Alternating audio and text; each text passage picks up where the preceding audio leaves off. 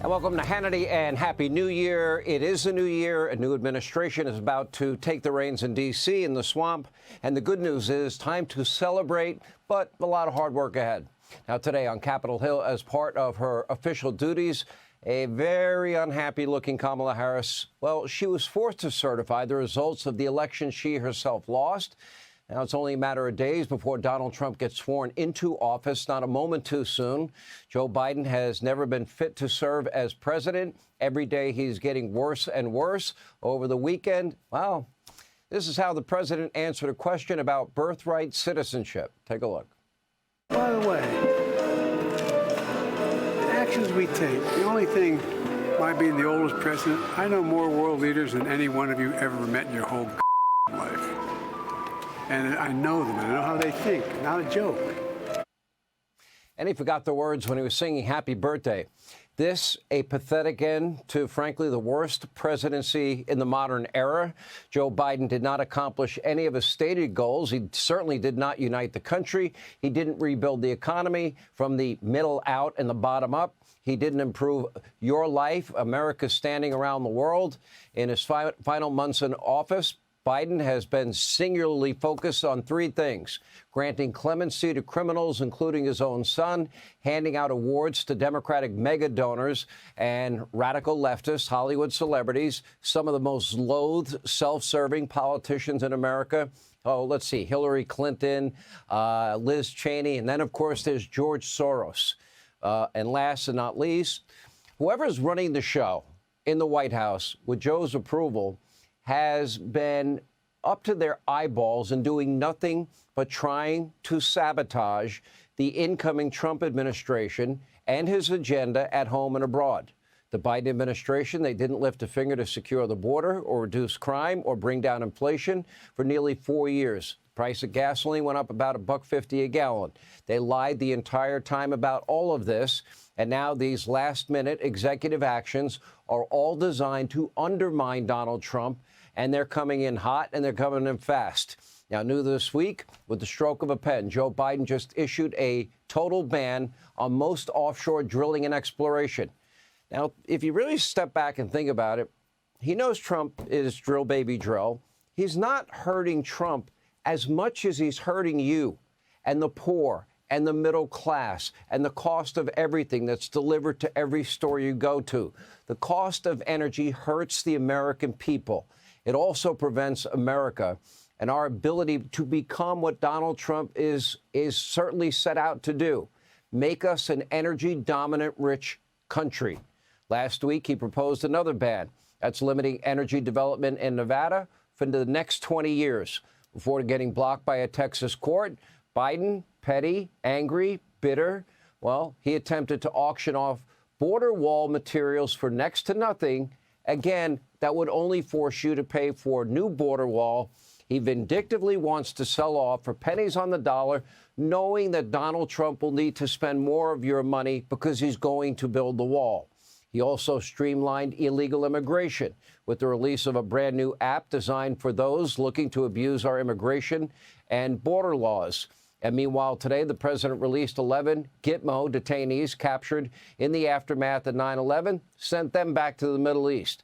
And in Europe, Biden has escalated the war in Ukraine with Russia, giving Ukraine billions in new funding, including $2.5 billion since the election, along with weapons that can now strike deep within Russia.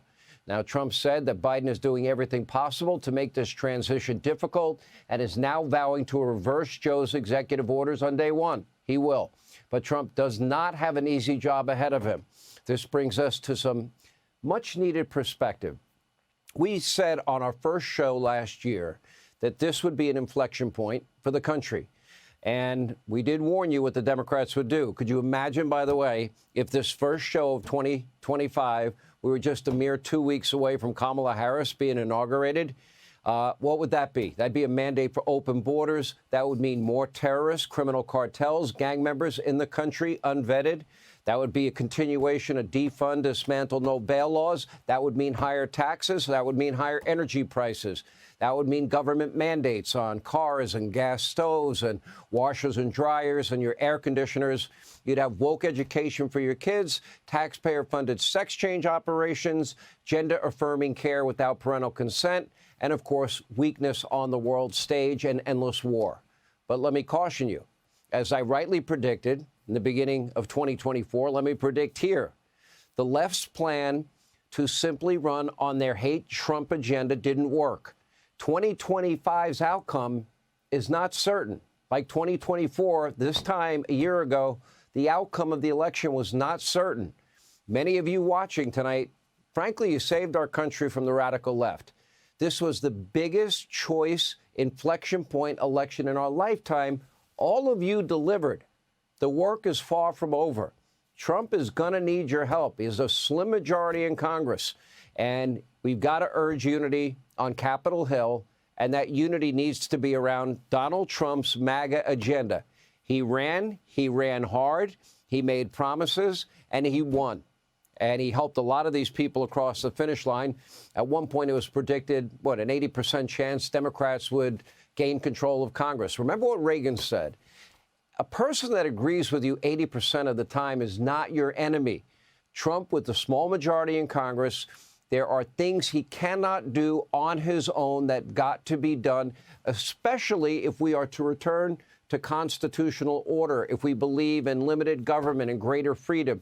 If you want to secure the border, deport illegal immigrants, especially criminal illegal immigrants, if you want to re-energize the economy, if you literally want to reignite America's energy dominance and make us the most energy-rich country on the face of the earth, restore law and order, restore America's military might, peace through strength, bring accountability to the deep state and the DOJ, a weaponized FBI, weaponized intelligence community. If you want to make DOJ a reality and cut $2 trillion from spending and prepare this country for the next generation of warfare, because we've got to face a reality.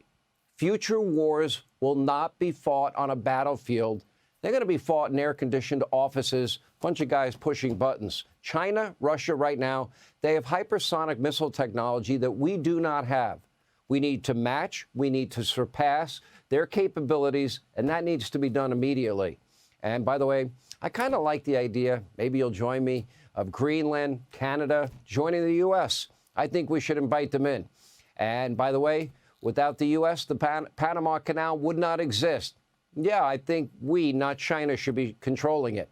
The threats against our homeland, Donald Trump himself, well, they've never been greater. We better pay very close attention. The Trump campaign was hacked by China and Iran.